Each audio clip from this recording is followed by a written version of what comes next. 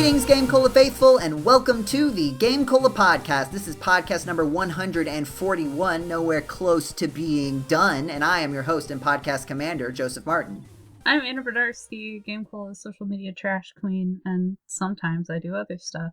And I'm Matt Breslau. I'm a staff writer for GameCola, and I play video games that are 20 years old that no one has heard of. And today, we're going to talk about something that everyone has on their mind. I mean, we all know what everyone's thinking about during these times. We are going to talk about the video game that everybody's playing, Yoshi's Story. Color a dinosaur.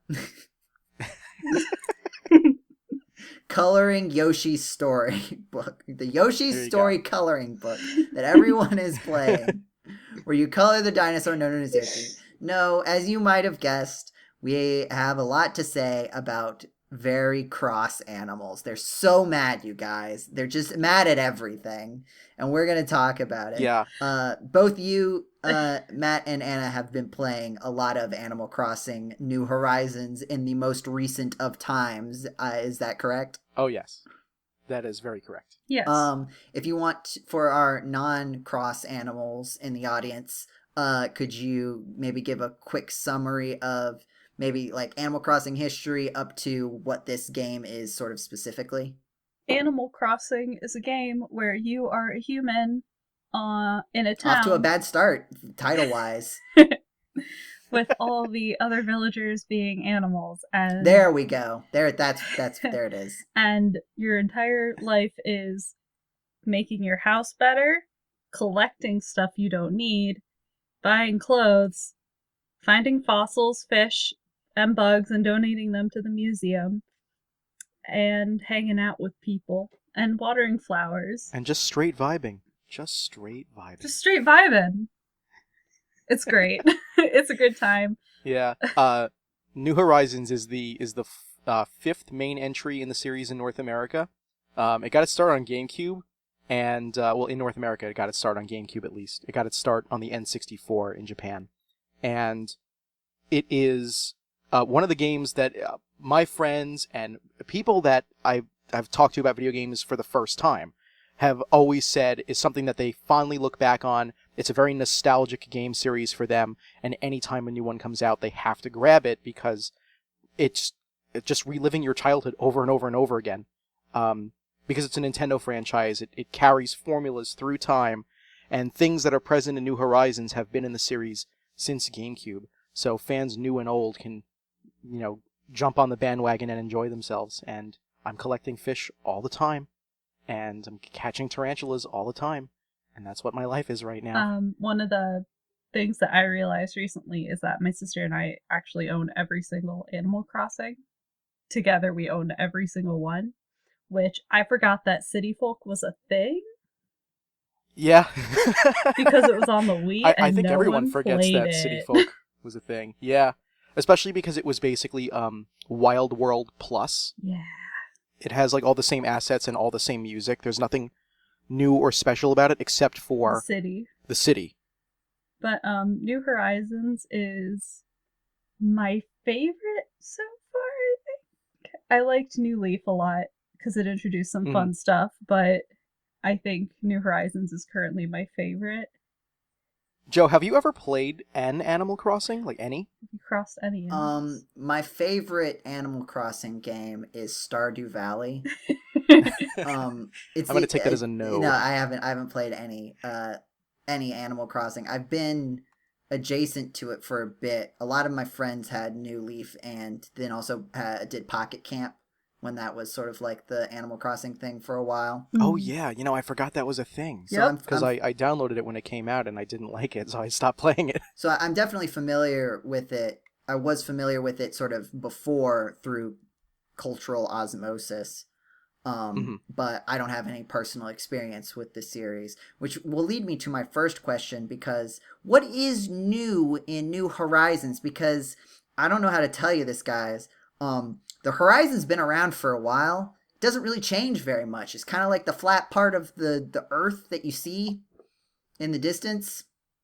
It's kind of always there. Doesn't seem very new. So what is the selling point? Why are you selling me on this New Horizons?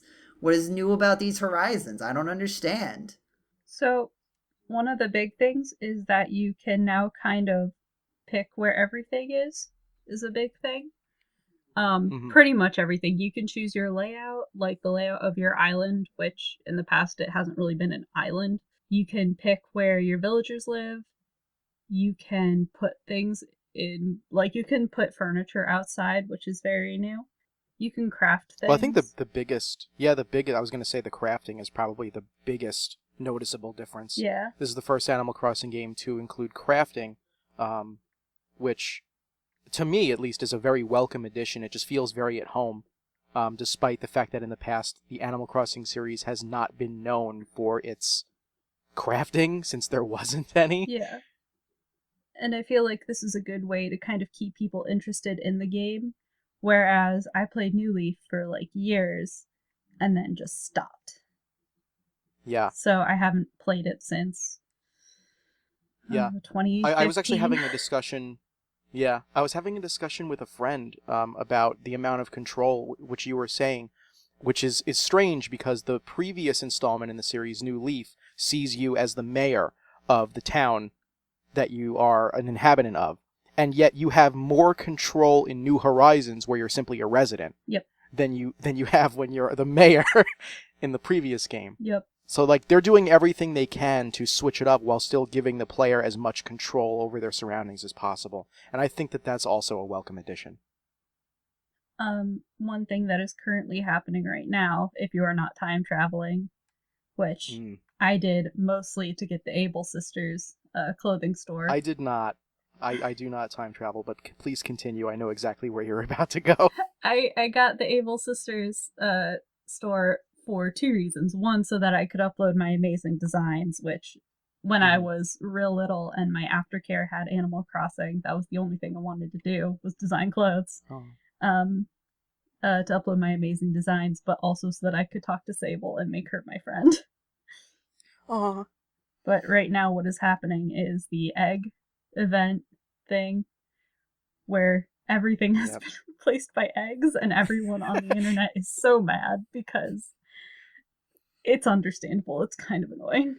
There are too many eggs. Consume egg. Consume egg.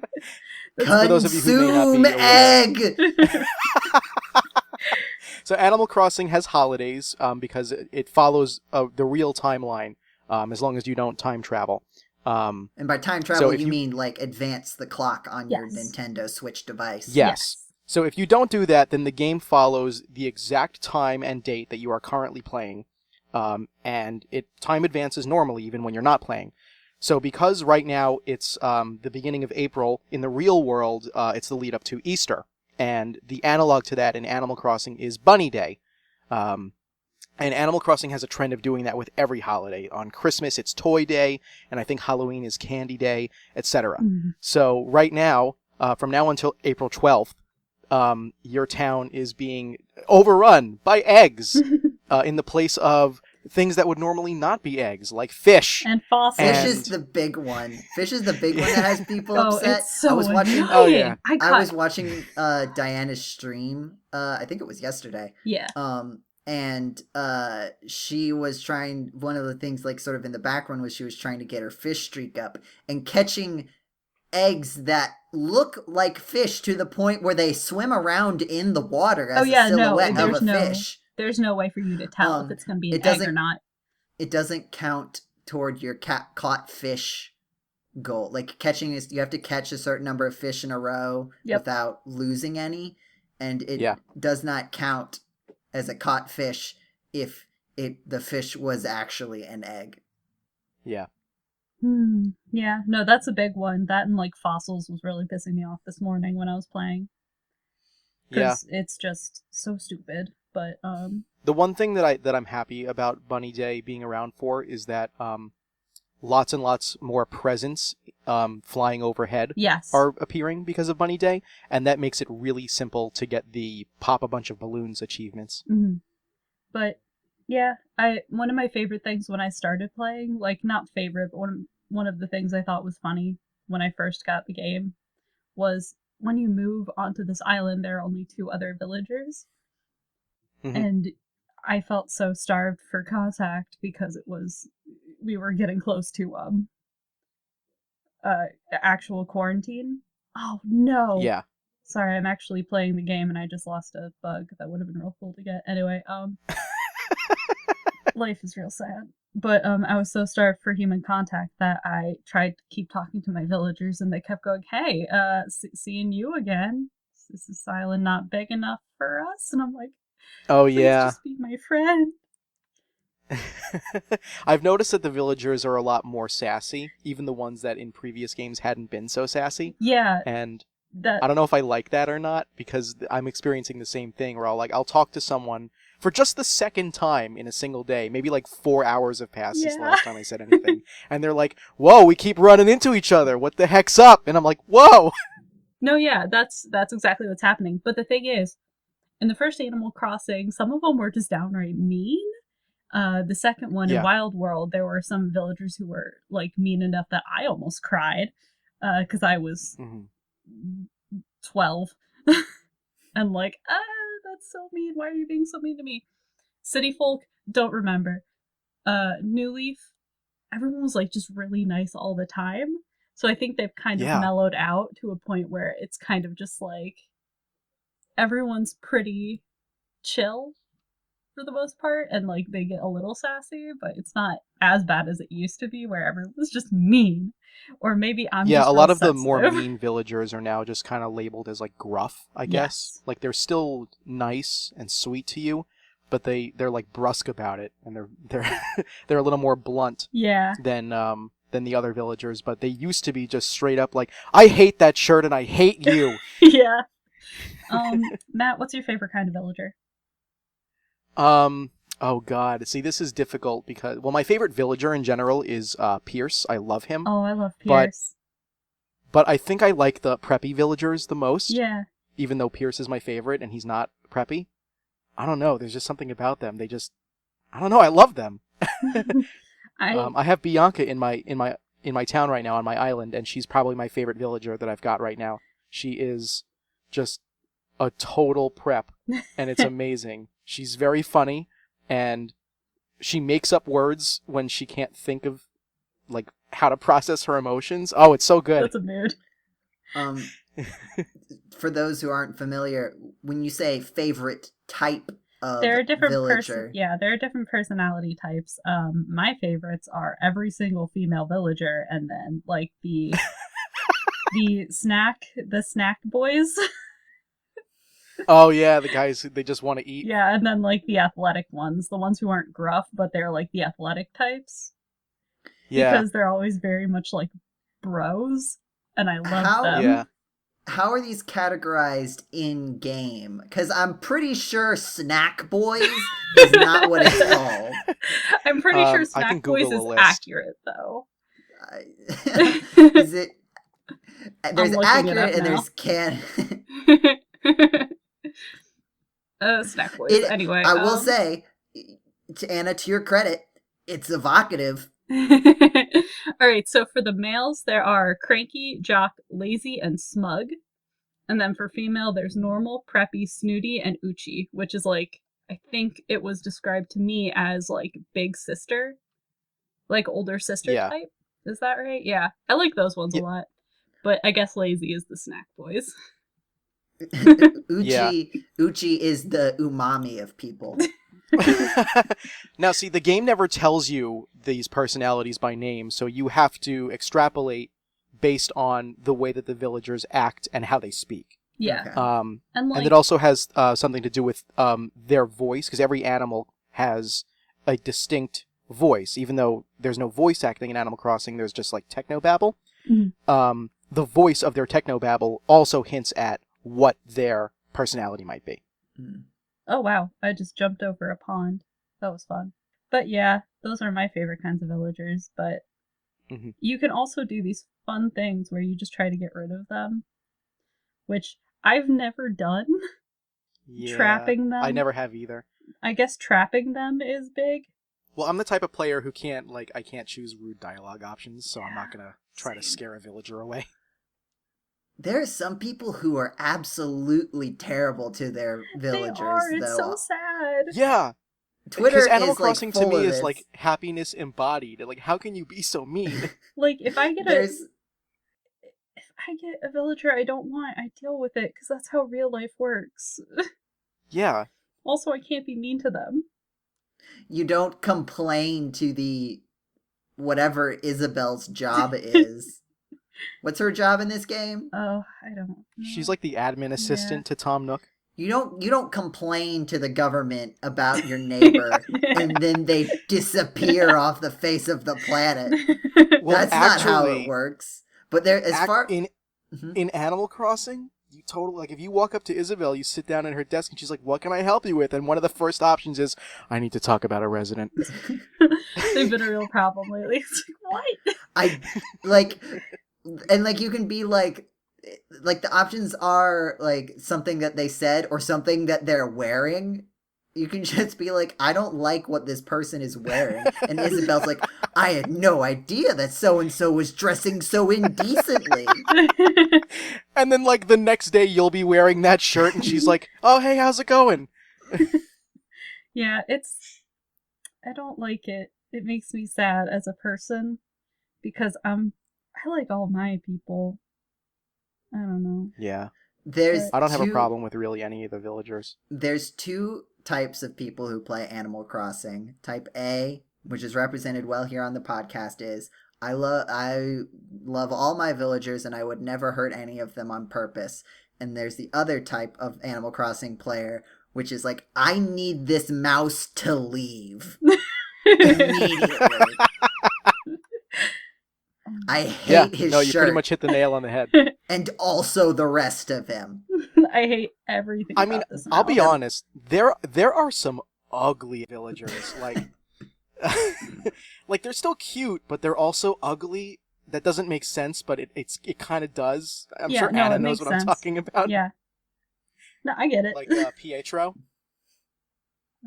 Is that the mouse? The mouse is the one that everybody seems to hate. The male mouse. No, Anna, are you familiar with Pietro? Yes, leave Pietro alone. He's doing his best.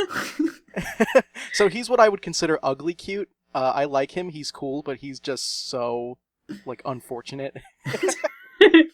He's basically dressed like a traditional clown with stock white makeup, rainbow clothing, and rainbow hair, etc. He's a sheep. Adorable. Or I believe more specifically, he's a ram. But yeah, I don't know. I think 98% of people don't like clowns, and the other 2% of people are lying. So I don't know. I think he's adorable. I think Stitches is another one that people either love or hate. I might be getting the name wrong, but I think I'm right. It's like the bear. Okay. It's like the teddy bear. Yeah, okay, so I like Stitch's look. He's cool. Pietro, on the other hand, not the same. Yeah, I guess. Yeah. I think Pietro's adorable, but anyway. Again, he's not like unlikable. No. He's just like he's so unfortunate looking. But yeah. Animal Crossing is a lot of fun. I have played it every day, and it's almost the only video game I have been playing in the past, like, several months, I guess. It's not gonna say it's cured my depression, but it has helped. I mean, it's definitely giving us something to do to kill time during the quarantine. True. So. Yes. And this is unusual for me. I usually play much older games to, like, finish out my backlog, or just to, just to play older games to cure my boredom, because I'm more into retro games than modern games, but this might be the first time I'm really playing the same game as everyone else. This is a live update. I have just caught another frickin' egg. I don't think we can keep this up the entire podcast, because this podcast will become 25% I caught egg. No, I think this is the first time I've said that, is it? It's the first time you've said it. I'm not gonna continue keep to do updating. it every single time you encounter an egg. That will be the whole podcast. I wouldn't do that. Because I'm gonna catch a lot of eggs. Would you? Would I? I don't know. Would you? What do you think I would do? I'll let the audience decide on that one, because Anna can't hurt the audience. Is there anything else you guys wanted to say about Animal Crossing? I'm having a lot of fun with the pro designs, which is a little different from the past designs. So they have options for with custom design, which is what it always has been, which is just like a flat, like one side, you make a design. But something fun that they've done is they have an option to have like a clear background. So you can like put stuff on the ground, like if you want to make a path, you can. And it'll show up like if you want to put rocks down, but have it show up on the grass, it will, instead of you having to make the grass on your pattern. So that's fun. And then they have Pro Design, which I don't remember what they did in the last game. Do you remember, Matt? No, I don't. I I don't design things very often. I do constantly. I think it was just front and back. If I remember correctly, you could do the front and the back, and like I think maybe the sleeves of like a dress or a shirt. And well, yeah, I do remember that at some point they changed it so that instead of one design and that's what's on all sides of the shirt or the dress, what have you, now you could make separate front and back. Yeah. So now they have tank top, short sleeve t-shirt, long sleeve dress shirt, a sweater, a hoodie, a coat, sleeveless dress, short sleeve dress, a long sleeve dress, which is like this poofy princess dress, a round dress, which just, I hate these kinds of dresses, a balloon hem dress, a robe, a brimmed cap, which is like a baseball cap, a knit cap, and a brimmed hat. So that's a lot of different options, and I have already made a sweater, a bunch of dresses, a hat, and like a tank top. And I posted on TikTok my Rapunzel from Tangled dress, and a lot of people like it and keep asking me for a tutorial, but I don't know how to do that. So I'm just like, here's the picture? I don't know.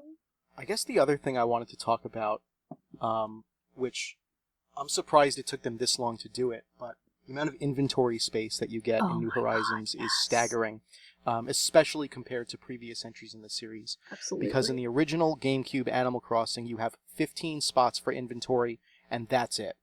You can technically weasel your way around this by putting things into your mail, like your on-hand letters, but if we're talking specifically inventory space, yeah, I'm sure everybody did that because 15 is not enough. Just stuffing, like, I don't have enough stuff in my pockets, I'm going to just start stuffing things into envelopes and see what happens. Yeah.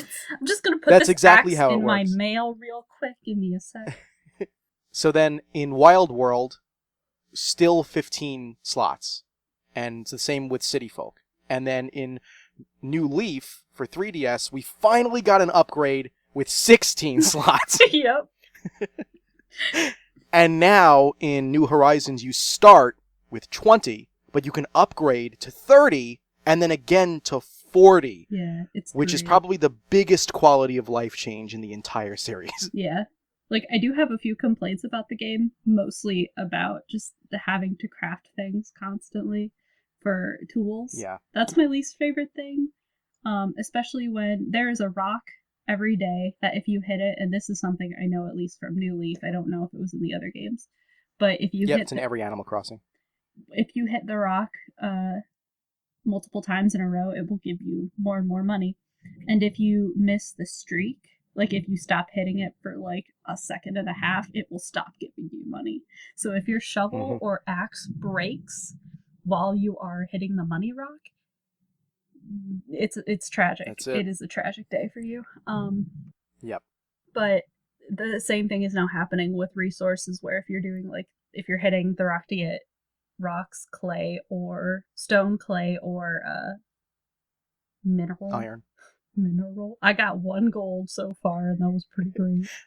But the same thing will happen if your tool breaks. You can't do anything. But I've gotten to the habit of keeping total amount of what I can have crafting wise, like wood and sticks and stone and whatever, with me, as well as a cheap to make crafting table on me at all times, so that I can just pull it out and do that.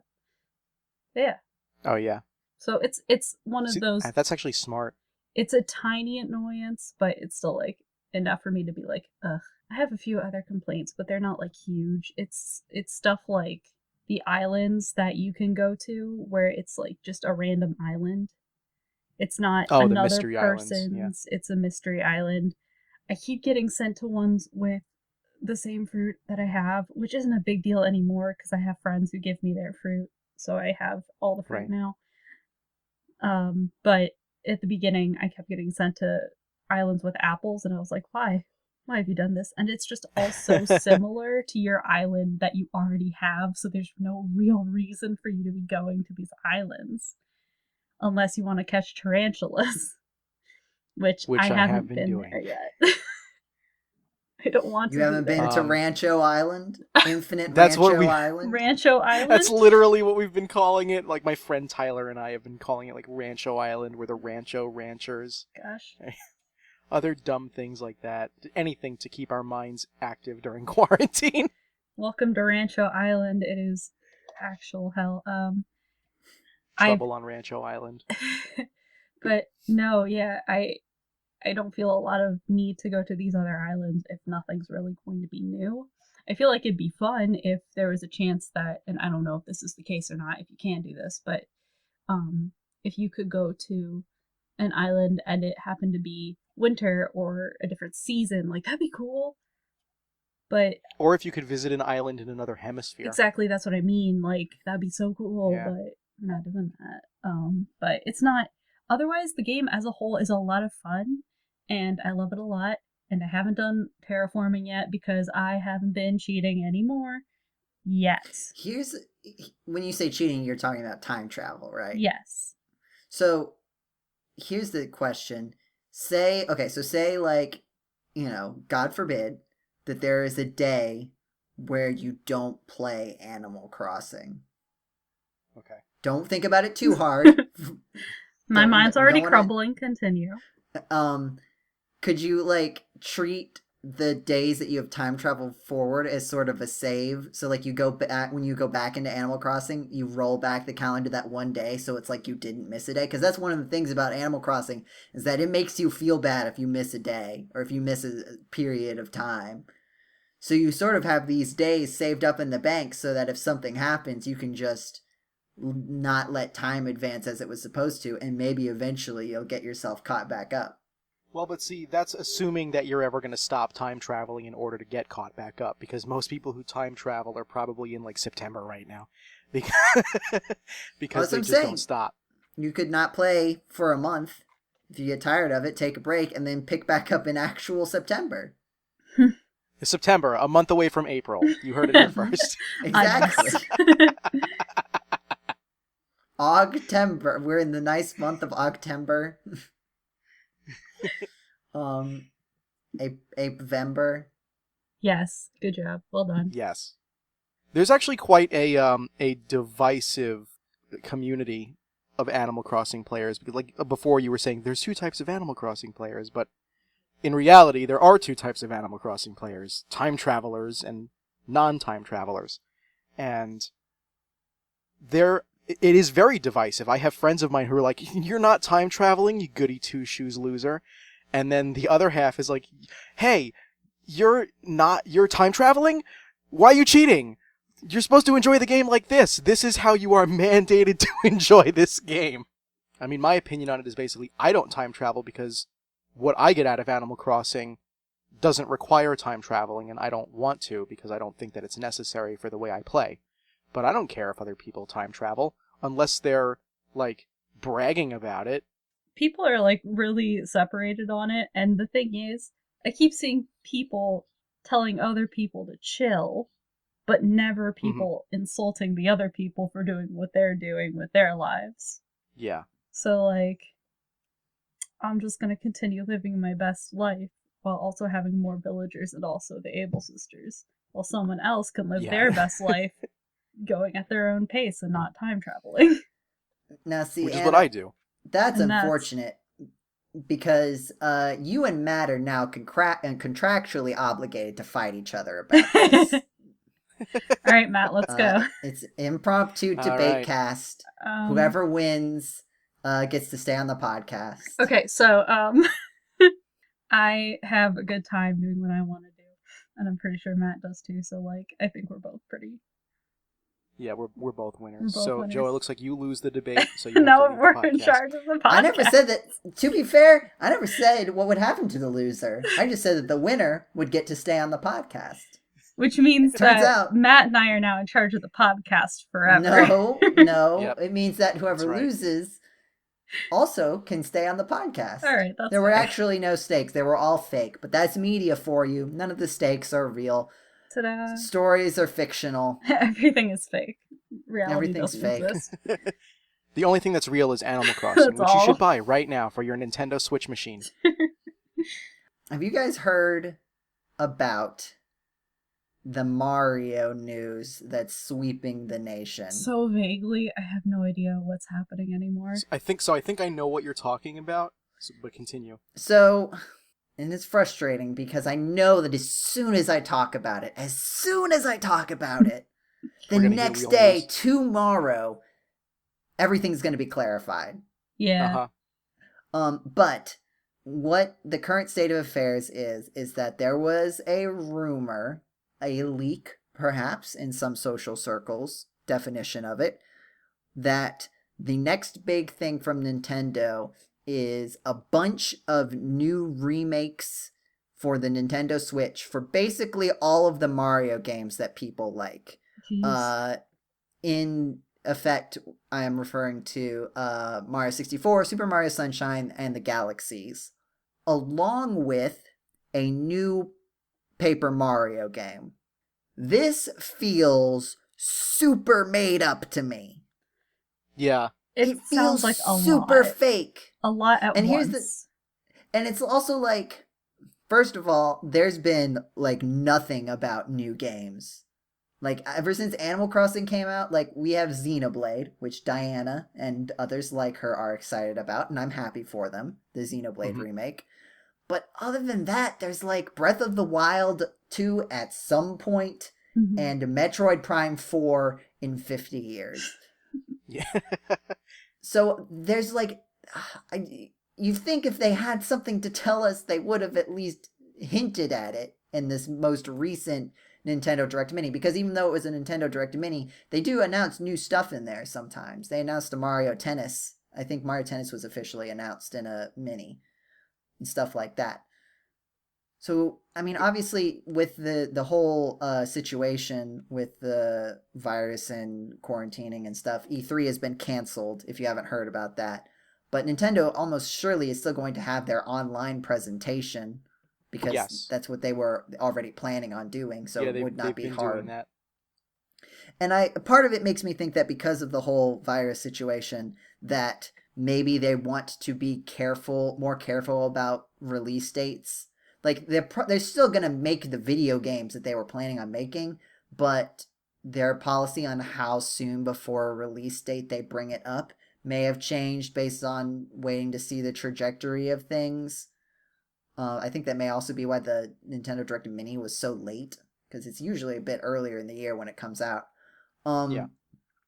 But I still feel like it just feels like a weird thing to come out of left field if it's going to be what happens this year, right? We still don't know what the big games of the fall are going to be for Nintendo. Yeah. And I'm honestly not really sure what the big games in general for the fall are going to be. Part of me feels like everyone's kind of in limbo at the moment, but like, they have to have some stuff planned. Yeah, and it's like, surely they had to have some stuff planned before everything went crazy. Yeah. It feels like we would have learned about the new fall video games before all of this stuff happened. Yeah. That now, understandably, may cause some delays. I'm sure we'll learn something during the June event. Yeah. When Nintendo holds their like would-be E3 event, but I feel the same way. We don't really have a lot of ideas right now of what will be coming out soon, and we won't for a little while. But it's just so weird because all these news outlets are picking up the story, and as far as I can tell, they are like they're not the kinds of, it's not just, hey, here's a rumor, letting you know about the rumor. Everything seems to be really confident about this, but they're just citing sources from Nintendo. Internal sources say that it's something like a Super Mario All-Stars 2. Yeah. And it's like, that's cool and all. And hey, I'm super down for these kinds of games. I really like Super Mario Galaxy a ton. Super Mario Sunshine, I think I would also really, really like if it had a remake that like fixed up some of like the most of the complaints that I have about Super Mario Sunshine are things that could very easily be addressed in a remake that sort of tweaks things, right? Like the fact that you have to save after getting every single blue coin, or blue coins in general, I think could be very easily reworked into something not terrible. And like just a lot of glitchiness and inconsistency near the end of the game. The only thing that doesn't really stand to be fixed is the fact that the final boss battle is kind of just terrible. Yeah, I mean, I do like Sunshine a lot, but I think it stands to be tweaked a little bit. Mm-hmm. I'm mostly excited to see if it is true that alongside these games we'll also be seeing a new Paper Mario. That's the part that makes it feel fake to me, though. Yeah. See, Nintendo hasn't really remade a whole lot of Mario games, and when they do, they don't usually do a whole bunch at once. There are very few instances of that in history. It really, was the Super only Mario ones I can All-Stars. think of are the All-Stars, which came out 2 times on the Super Nintendo, once by itself and once with Mario World included, and then a second time on Wii. And, like, that's about it. And anytime they remake a game, it's always like solo endeavors. Like the Mario Advance series is a bunch of remakes of previous Mario titles. And isn't that just Mario 64 DS? Isn't the Advance series really just individual ports of the All-Stars games? I mean, except for Yoshi's Island. Yoshi's Island, which is good. We're gonna get, that's foreshadowing. We're gonna get back to that. But yeah. But, like, also Paper Mario, I find it hard to believe that Nintendo wants to make another Paper Mario game. Because it seems like they don't like Paper Mario anymore. Not that they don't like Paper Mario anymore, but we don't like Paper Mario anymore because of the way they've treated Paper Mario. Yeah, well, like, they don't want to do the stuff with Paper Mario that they have been doing. Now, maybe because it seems like, we talked about this a few podcasts ago, the team that makes the Mario and Luigi series, that company is going away. Yeah. So maybe now that, because originally the massive style change of Sticker Star was justified as something to differentiate it from the Mario and Luigi series. The Mario and Luigi series is going away. That could lend itself to say, okay, well, now we can bring back the other Paper Mario stuff in there. But I don't know.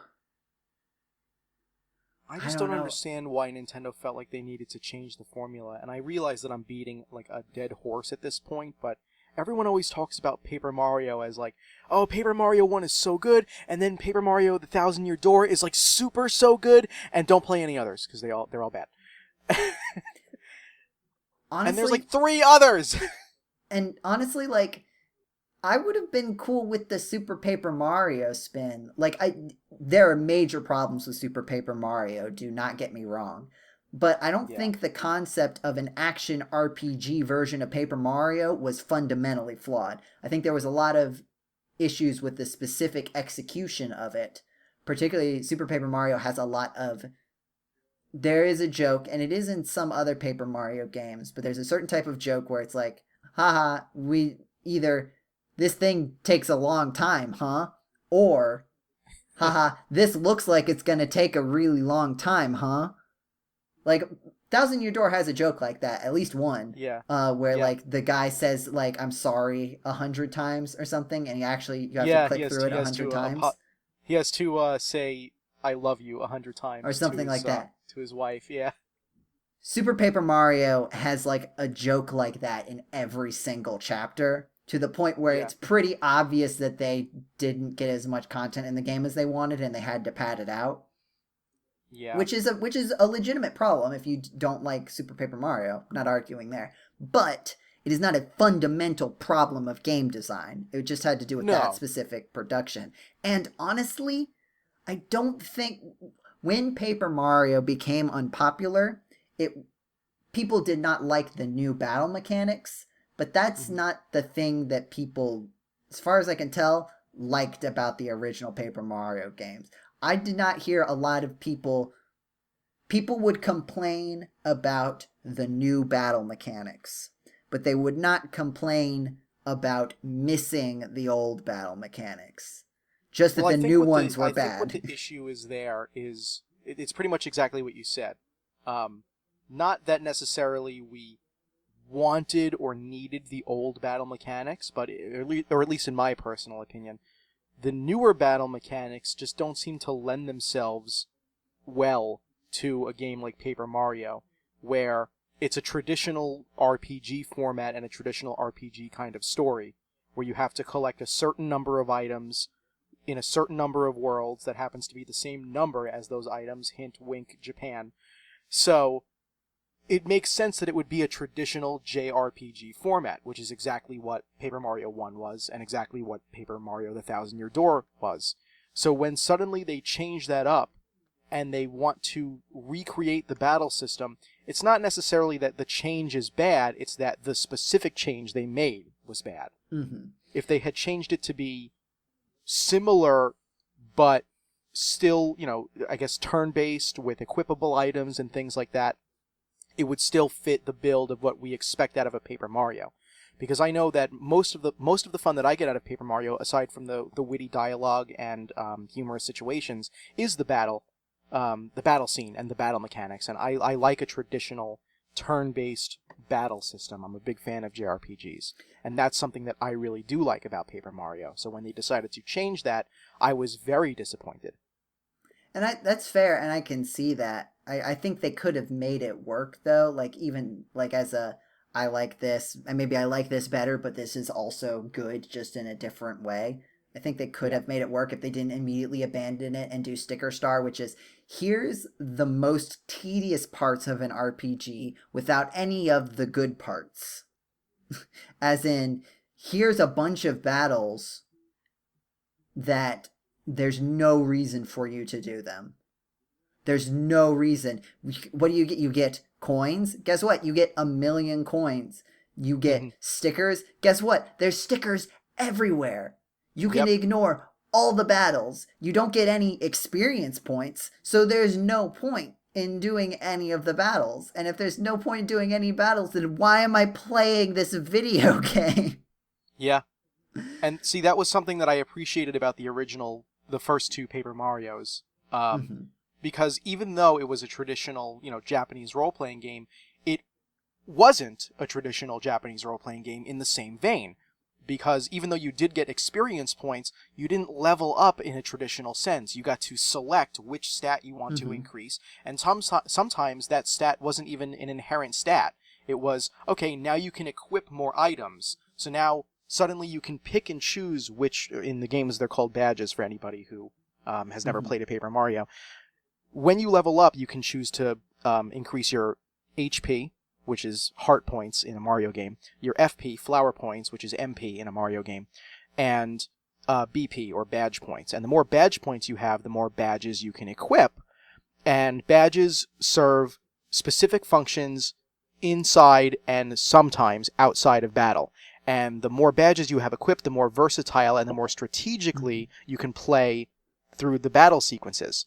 And this adds an entirely new element to the aging JRPG formula, where you're not leveling a traditional way. You get to choose how you want to level, and sometimes even on the fly. Because if you use all of your experience points to get badge points, after every single battle you can reevaluate and say, I didn't like the way this badge worked, so I'm going to unequip it and equip another one. And you just do that. You always level and you always progress through the original two Paper Mario games on the fly like that. Very, very versatile.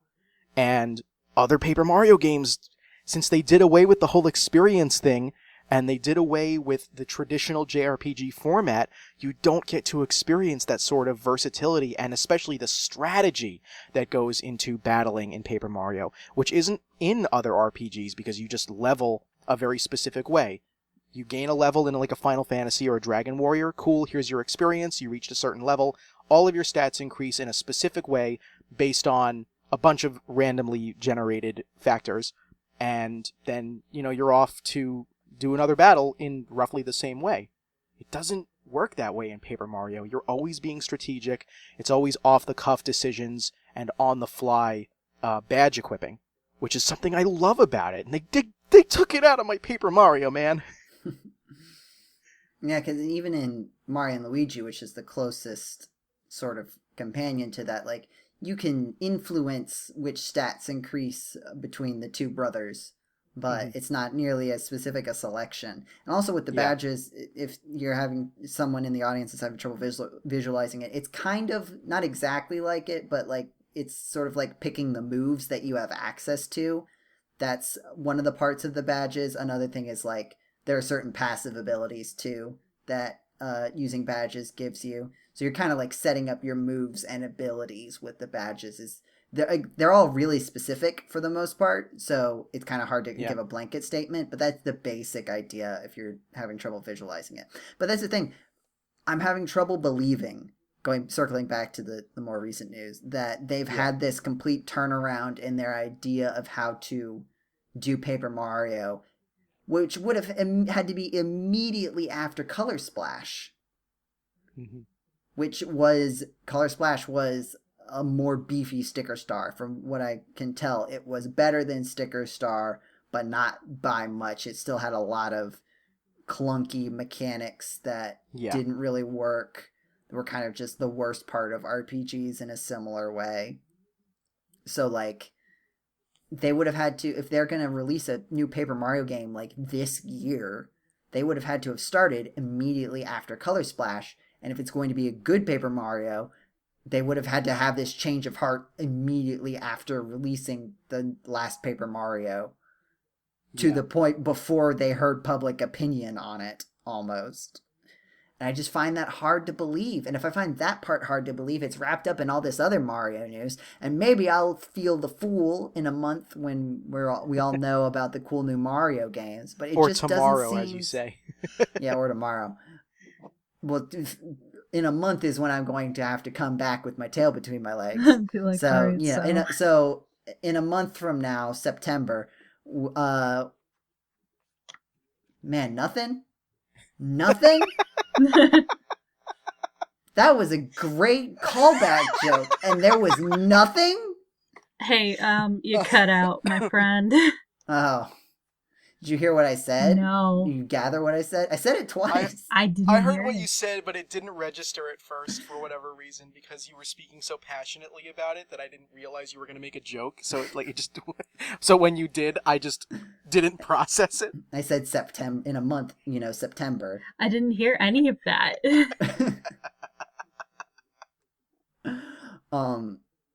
Leave that all in. Anyway, maybe I'll feel silly, but right now it just, on the one hand, lots of news outlets seem very confident about this. On the other hand, it feels like one of those too good to be true situations. So I want to be careful in that. So that's, I guess, the thing to look out for. Otherwise, we're getting Breath of the Wild 2, because that's the only other thing that could possibly come out in the fall, I feel like, at this point. Yeah, Nintendo. because I'm looking on Google right now, and like what you were saying before, where usually it's rumor in all capital letters or something like that. That's not the case here. I'm seeing like a ton of classic 3D games reportedly coming to Switch, or Super Mario All-Stars 2 is new remaster collection for Nintendo Switch. Like they're already giving it a name. Like it's already officially been announced, which is not the case. It hasn't, and we don't know anything about it. So. It's a little infuriating, I guess, because I would love to believe that something like this is true, especially a brand new Paper Mario, but it just seems so hokey. And I wish that these news articles, as far as I can tell from the ones I've read, they don't seem to be acknowledging the fact that to our eyes, it seems super fake. Yeah. Right? I feel like they should say, like, hey, guys, I understand that this seems super fake, but here are the reasons that we are at least giving you to show that it is not super fake. Maybe if it's inside sources that they can't reveal, at least like hone in on say, hey, we understand that you're asking us to trust our inside sources, but we trust our inside sources. And then I'd be at least like, well, okay, at least they're coming out and saying that. But Yeah, but see, like they don't have any information at all, and that's what makes like all of these articles so funny. Mhm. Like I'm on metro.co.uk right now, and they're the ones who said Super Mario All Stars 2 XYZ. They're the ones who gave it a name, and I'm looking at this article, and they have so little information that it's basically 3 paragraphs and then a YouTube long play of the original Mario All Stars from the Super Nintendo, and then a couple more paragraphs and then a long play of Paper Mario: The Thousand-Year Door. Like, they're just grasping at straws for content to put under this title about the remakes. But this should go to show that nobody knows anything. Because it's all being cited as internal sources. Like, I've heard that Super Mario All-Stars 2 is, like, apparently something that is being used, like, as an internal name, but not the official name. And it's like, anybody could say these things. There's not even Yeah. anything saying like, and this is when we're going to hear about it, because usually that's what comes with these. Like usually it'll be something like, and this was originally planned for such and such announcement, maybe that got pushed back. Yeah. That I would, because there was someone recently apparently who predicted the dates pretty much exactly of the Nindies event and the most recent Nintendo Direct, to the point where like people, because they didn't announce the most recent Nintendo Direct Mini, and so the day before people were like, well, I guess you were wrong because they didn't announce it, and then it turned out that they did release it the next day, and the person was like, I'm not doing this again, nobody believed me, I'm out. You monkey pod, you monkeys pod your way out of this one, so see ya. Bye. Yeah. So I'm not saying that this stuff can't come through. It just feels so hokey, and I haven't been given a lot of good evidence. Yeah. If there Like, is again, good evidence, the words I'm seeing. if there is good evidence, they're not doing a good job of conveying it to us. The video games and news like because media. the words that I'm seeing repeated over and over again are reportedly or presumably, and now here's another article I'm reading where the very first sentence uses the word apparently as if to say, oh, you should know this. Wow. It says remasters of SM64, Sunshine, and Galaxy are apparently being bundled into a single Switch compilation. I don't know what's so apparent about that. Since I think we've gone through this pretty thoroughly. Yeah. Have you guys been playing any video games aside from Animal Crossing? I have been playing Animal Crossing, Tetris 99, Untitled Goose Game I got back into, which I just love being a bastard goose, guys. It's great. It's my favorite part of this life that I have led is just being a bastard goose in a video game. It's a lot better than being a bastard human in Deponia. I also started playing a game called Little Misfortune, which is made by the creators of Fran Bow, which is a point and click horror thriller game that came out 2015, 2016. And it is about as depressing as I expected, because it's just like this little girl, and I saw a hanged man and I got scared, and I was like, man, I wasn't expecting that, even though I should have, because Fran Bow was pretty messed up, and Little Misfortune is pretty much just as messed up. A dog died because I threw a ball at a tree. Are you okay, Anna? A branch fell on this dog, and I'm still upset. Anna, are you okay? I will be.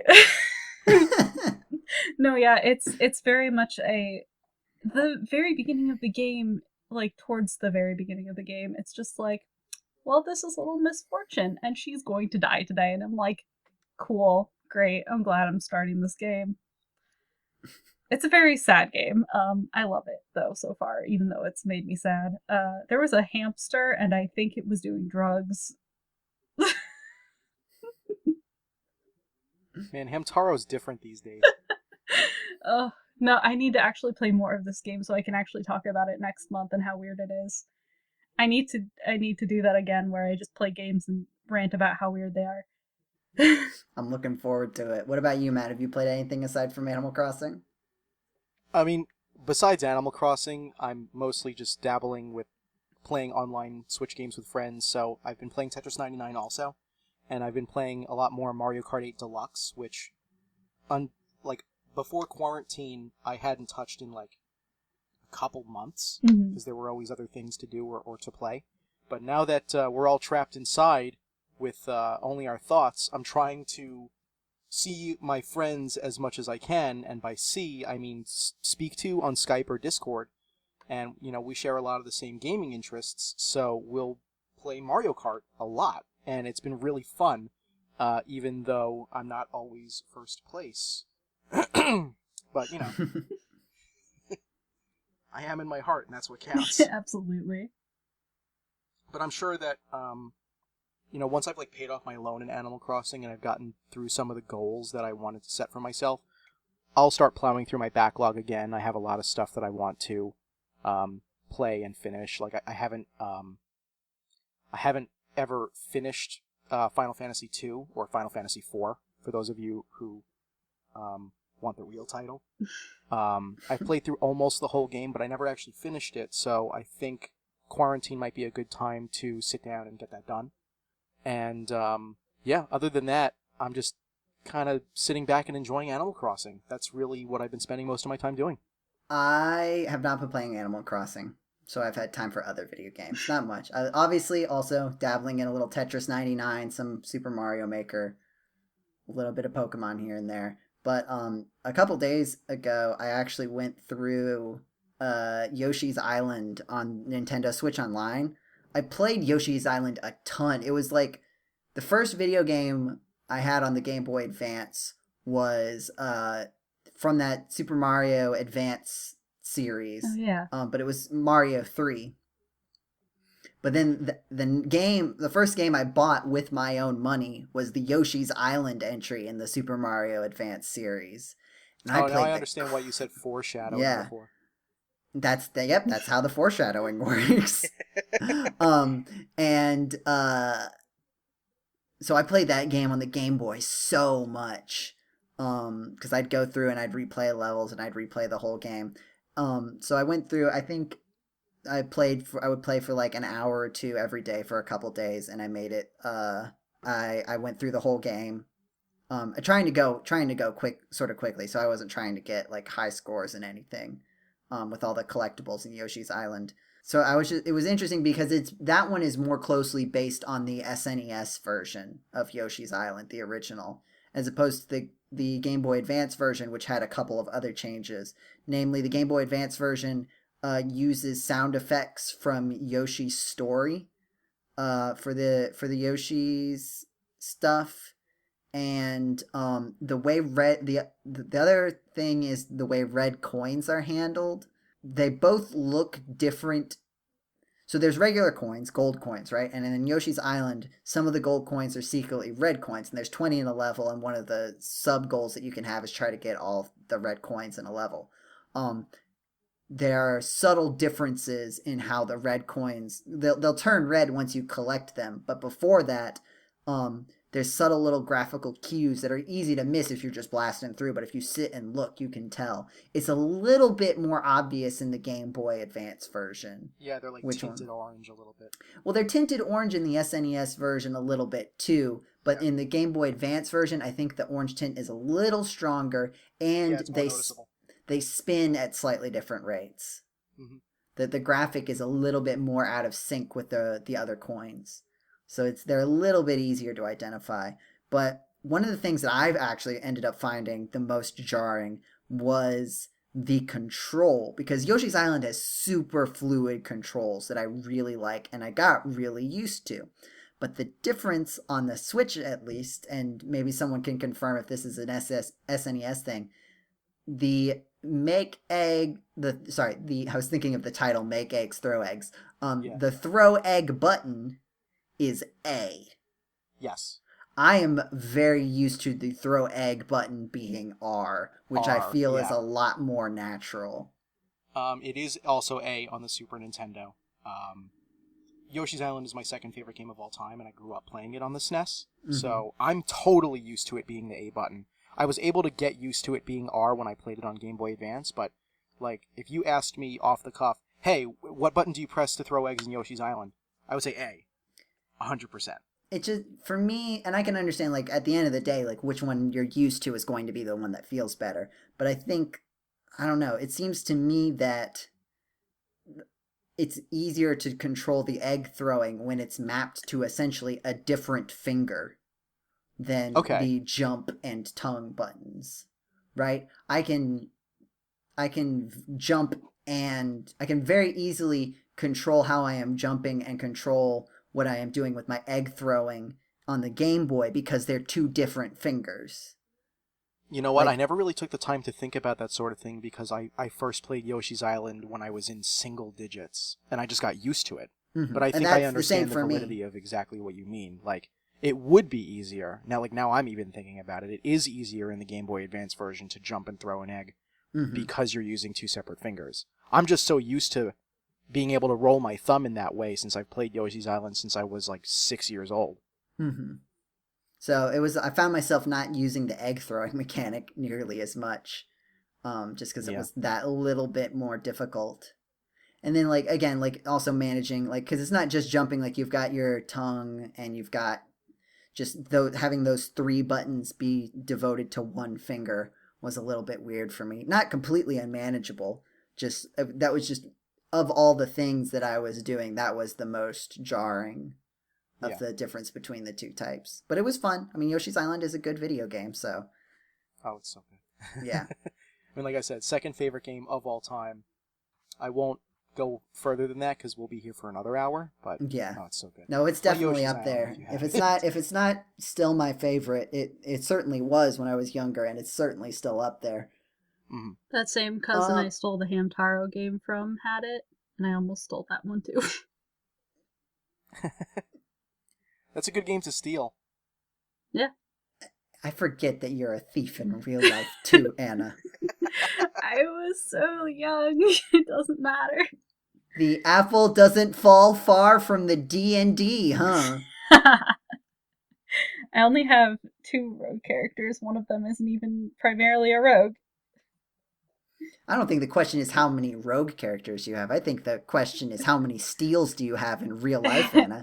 Anna, how many times have you stolen things? Right here on the podcast, tell us. All right, let's think. Hamtaro, and I think I took, and this was an accident, I think I took like a Barbie thing from my friend across the street.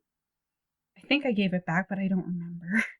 It was like a little teddy bear thing. How could you? Yeah. I'm trying to think of anything else. It was her favorite teddy bear, and you took it from her. I'm trying to think if I've done any, like, major stealing, which I haven't done any, like, crimes, but, Have you, though? Taken anything from, like, workplaces? I don't think so. Have you done any... If you had done crimes, would you have told us about them? Probably not. I'm pretty confident I've never done a real-life crime, though. You know, this is a fun topic. Suspicious. Yeah, Suspicious. I actually have a story about thieving and also video games from my youth. Yeah, no, so, I'm pretty much just I was a thief as a baby, but I'm older now, more mature, and don't do that stuff anymore in real life. I hope your story isn't just about the time you played Sly Cooper. No. Okay, I'll tell this story. It's pretty short, and it's a little interesting. So when I was about 11, so I'm Jewish, which you guys might know if you've read a couple of my articles about game collecting, This Yard Has Sailed. I mention it a few times just because, for some reason, it bears mentioning based on the story at hand in those articles. But I'm Jewish, and I go to synagogue on the holy days, and when I was growing up, I was practicing for my bar mitzvah, which, if you're not familiar with Judaism, happens when you're 13. And when I was 11 or 12, in my synagogue, after Hebrew school one day, I was walking out to meet my mom at the car. She was picking me up for the day, and I found a copy of Donkey Kong Land for Game Boy just lying on the floor outside of my classroom. And I picked it up, and I went into my mom's car, and I was like, Mom, look what I found. And my mom, being, the better person of the two of us, was like, you better go in there right now and put that in the lost and found and, like, tell them that you found that. It's not yours. Someone else wants it. And I was like, but I want it more. So what did I do? I was a very crafty 11 or 12-year-old. So I walked in and I told them that I found a game, and they were like, oh, that's very sweet of you to, like, bring it to the lost and found, that you can be in charge of making the flyers for the game and we'll post them around the synagogue. And I was like, oh man, like, I'm in over my head. Now I'm like, now I have to literally be the one to say, come take this game away from me. But I knew that the people at the synagogue didn't care about video games, and my mom didn't care about video games. So if I wrote up a flyer advertising a game that didn't exist, nobody would be any the wiser. So I did. I printed out flyers for a game that didn't exist, and I posted them in the synagogue, and after 2 weeks, nobody claimed that game, so I got to keep it. That is very good.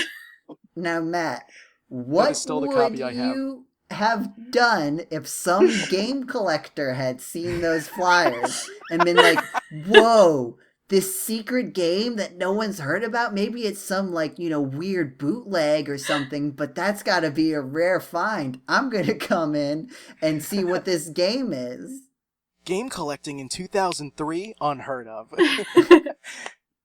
I didn't have a backup plan. Keep in mind I was 11 or 12, so, like, if someone was like, oh yeah, I lost my copy. I don't even remember what fake game I made. It was probably something stupid like Super Cat World or something. And, which is not stupid now that I'm thinking about it. I would love that. Continue. I probably just would have been like, oh, it's not here. I think somebody else must have claimed it already. What do you mean you think? This is the only thing you're responsible for. How could you be unsure if someone had claimed it? If anybody from my temple is listening to this, I'm so sorry if it's your copy of Donkey Kong Land that I ended up keeping. But no, you can't have it back because it's mine now. I still have that same copy. Oh, I'm so glad I kept it all these years. I'm so happy and I'm so proud. Tonight. Thank you. Because that took a lot of, like, planning. Not a lot, but enough that I wouldn't have That's done. the only time that I can remember being that deceitful as a kid. Like, I mean, I wasn't always the best child in the world. I don't think any of us were, but no. I think that's the only time I was ever really deceitful, because my family didn't buy me a lot of video games growing up. I had to save up money from birthdays and holidays. So if I got the chance to get a game for free, oh my god. And now I'm an obsessive video game hoarder, so, it all paid off. Joe, do you have any thief stories? I found an e-reader, a Game Boy Advance e-reader, in the back just mess of the church youth group, like, youth building. And there were some old games in there that I didn't care about, but there was an e-reader. And I was like, man, that's, like, definitely one of those things that, like, has zero use, but will also be incredibly valuable in, like, 20 years. So I asked the youth director, and I was like, can I have this?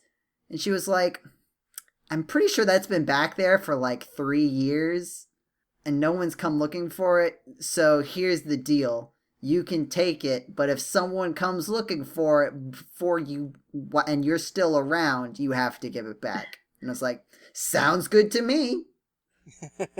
And I still have it. I've never used it for anything because it didn't have any cards with it, but I just have an e-reader now. Yeah, I don't have any cards for my e-reader either. I've never used it. There was also one time, I don't know if this counts, but I went to the grocery store and it came out, and I had milk in the bottom of my cart, which I don't usually put. The only stuff that I usually put down there is like my grocery bags, like my canvas bags that I use. So I had a real moment of, did I pay for this milk? Did I pay for this? I don't know if I paid for this. Like, and it's to this day, I don't know if I paid for that milk. Maybe I did. Maybe I didn't. That's my stealing story. Oh, I have two more. One I also stole. Same cousin stole Pokemon Emerald. How dare you? I'm so. How dare you? I'm so That's sorry. That's important. Johnny. Hamtaro is nothing. Pokemon Emerald. That's important. That was my first. I Pokemon lost a game. copy. I lost my copy of Pokemon Emerald, and in a karmatic sense, I think you stole it from me, Anna. I don't think so. I mean, my cousin is like the same age as you, so. And are we cousins? No, and did you steal my not. copy of Pokemon Emerald? Was the main character named Joben because I was supposed to share that copy of Pokemon Emerald with my brother, but then I definitely didn't share it with him and played it. But it was fine because my grandparents, for one of our birthdays, got my brother Pokemon Sapphire and got me the video game Bookworm. And I was like, how could you possibly mess this up? There were two versions of the game. One was blue, one was red. That's our entire sibling thing. All of Benjamin's stuff is blue and all of my stuff is red. And it was super obvious. And I can't believe you gave me Bookworm instead of Pokemon Ruby. So now Pokemon Emerald is mine. Anyway, Anna, what was your story? I love you, Grandma. It was an honest mistake. I forgive you. Hi, Johnny, if you're listening, I'm sorry. I know you're probably not listening, though. Stole 2 of your games, and I'm pretty sure I still have one of them. But another thing, and this is very recent, the Giant Eagle grocery store has stopped giving us plastic. But at this point, with COVID-19 happening, they're just like, hey, please don't bring your reusable bags into the stores. Here's some plastic and paper. But I didn't know how to... So I do the self-checkout because talking to people is hard. And I didn't know that you had to scan the bags to pay for them. At the very end, when you go to pay, they ask you how many bags are you using. I thought it was asking me if I was buying bags. It was not. So I just kind of took some reusable bags from Giant Eagle. And I don't feel that bad because it should have been made clearer to me. A person who is not looking at the screen very much. Mm-hmm. But I have some reusable bags. Well, there's that. Sorry, Giant Eagle. You know, I have a similar story with Pokemon and finding a game on the ground, but it's not a theft story. I'm wondering if I should tell it. It's not a what story? It's not a theft story. Okay, I'll tell it. Did you find my copy of Pokemon? One of you stole my copy of Pokemon Emerald, and I'm determined to figure out who. So like I said before, I didn't get a lot of games purchased for me growing up unless it was a holiday or a birthday. And other than that, I had to save up money from holidays and birthdays. And during the Pokemon Red and Blue craze, I didn't have a copy of Pokemon because it was nowhere near either of those things, like Christmas, Hanukkah, or my birthday. And I was really, really sad. As luck would have it, one day in elementary school, I was using the boys' bathroom, and after I was done, I flushed the toilet, and I got up, and I was buckling my belt, getting ready to go back to class. Hold on, how is the toilet going to factor into this story is my major concern right now. You'll see. Was it in the toilet? That does not give me more confidence in this story, Matt. Okay, so disclaimer, this story might be mildly gross, but it's not really that terrible. Even less confidence in the fact that this toilet is going to be involved in this story somehow. So I'm done, and I'm ready to leave the stall, and out of the corner of my eye, I see something red on the ground, so I look to see what it is, and it's a face-down copy of Pokemon Red in a very small puddle of fluid. Oh no, Matt! Oh no, Matt! Matt, no! Matt! Don't! I can't believe you've done this to us! Matt! Don't do it! You're saying don't like I can go back in time and fix what I've already done. Matt, don't do it! Use your Animal Crossing time travel powers and make this not happen because I know what happens. So I wadded up some toilet paper and I picked it up out of the fluid. Ugh. Toilet walked paper it over to the sink. is not absorbent enough. Yeah, I know. I walked it over to the sink. Oh and no! I Matt, cleaned it off. Okay, carefully. I hope if you're gonna at least Don't go get through in all some this water. trouble. So, to my knowledge, or at least to my memory, I don't think I used soap. I just rinsed it, and I tried my best not to get the label wet, which is where the fluid was, but I just dabbed it off, and I popped it in my backpack, and then I went back to class, and then lunch, and then recess happened, and one of my friends from my class was like, I can't find my copy of Pokemon Red. Does anyone know where it is? And I was very, very sweet, and I said, yes, I think I found it in the bathroom, and I held it up, and they were like, you said you found that in the bathroom? And I was like, yeah, and they were like, where was it? So I told them the true story about how it was in what was likely child's urine, and they were like, oh god, you can keep it. And I was like, are you serious? Oh god, Matt, no. So I got to keep my copy of Pokemon Red. Do you still have that too? Yes, I do. Oh my god, Matt. It has since been disinfected. Good. I'm so sorry, GameCola faithful. Matt, why would you do this? Oh I'm really glad this got the reaction it did. just all the Matt, don't. Matt, really no, Matt, please. That's the only time that's happened. So I would hope so. If this was a 2-time story, actually, now that I think about it, there was a second time I was in the bathroom and found a video game on the ground. Oh my God. Thank you. From the bottom of my heart, faithful audience, GameCola faithful, for listening to this episode of the GameCola podcast in particular. I hope this makes up for the fact that there was no merch. Yeah, this is what apparently happens when we take a month off. Yep. Goodness gracious. Jeez. You can find, if you want to find other GameCola stuff, but much less bathroom related GameCola stuff, you can find us on our actual internet website, GameCola.net, where we have reviews, articles, Matt's series of video game collecting, which again, hopefully involves much fewer bathrooms.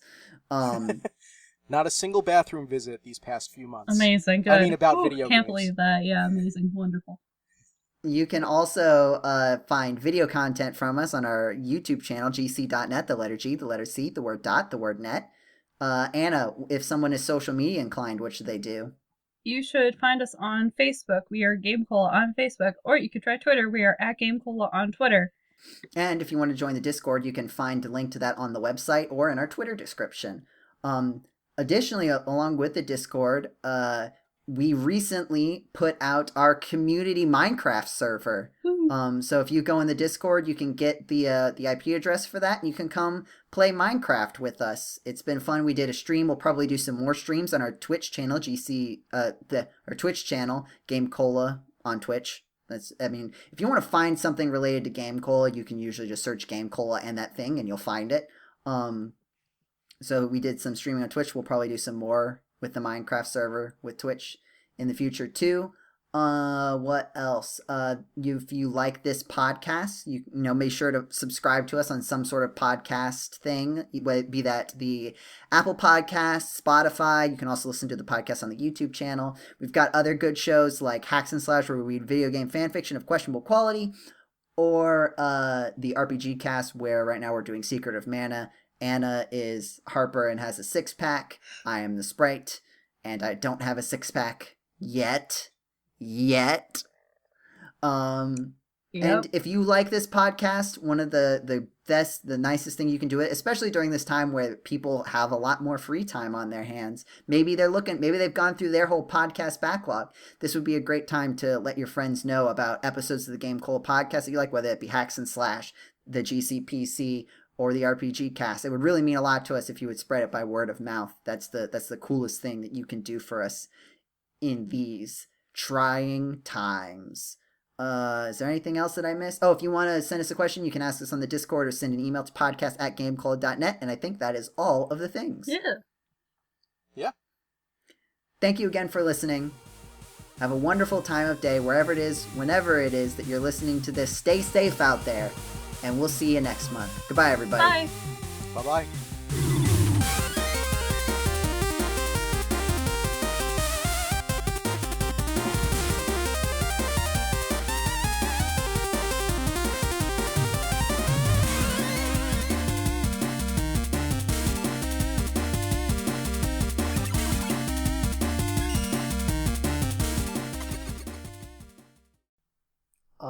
What? Anna, did you just see John appear? I saw someone appear and then disappear.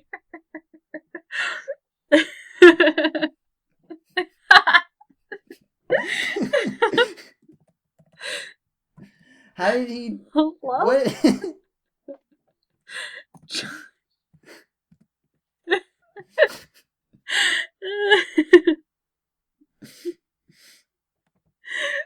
Well, we have something for the coda now.